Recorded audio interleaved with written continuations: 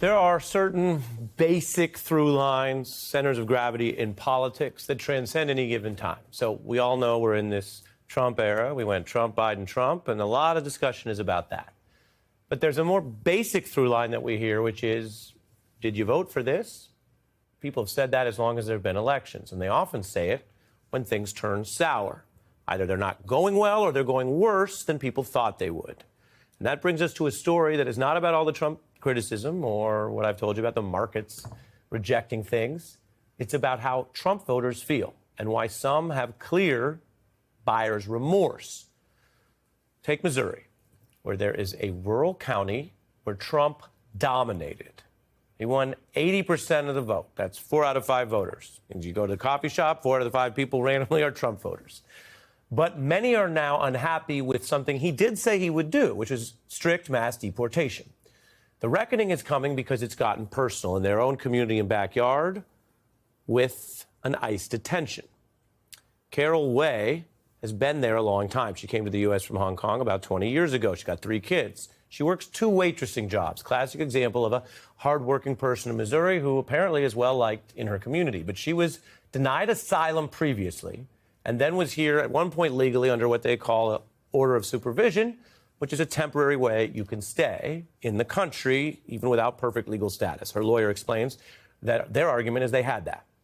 Then she was blindsided and summoned by officials who told her that they would actually help her get a better passport and things would be okay. That then led to her detention under these Trump administration aggressive policies. And here she is speaking from jail for the first time. I know they vote for Trump. Trump want to make America better. That's great. But we're human. We make a mistake. But at least give us a chance to fix it. I want to see my family. I want to be able to give a hug for my daughter, for my children. That's what it sounds like at an individual level. One person who's been in America a long time. If I were simplifying the law here, I would say she has been here under the color of law lawfully part of the time, and technically without the color of law, technically unlawfully for part of the time. Historically, people in those situations who work an honest job and put down roots, they're not the ones that are prioritized for detention and removal. That's generally been true. That's not true today under the Trump administration. And now her neighbors, roughly 4 out of 5 who voted for Trump, and some who have said publicly in their remarks that they voted for Trump, are upset that Trump's policies are coming home and hitting their community. One of her friends says, quote, to the New York Times, "No one voted to deport moms. We were all under the impression we were just getting rid of the gangs, the people who came here in droves."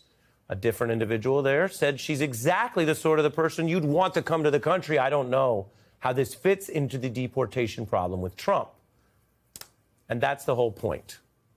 It fits in because this is what mass, broad, kind of aggressive, untrammeled mass deportation looks like. There's other reports about how far the administration is going.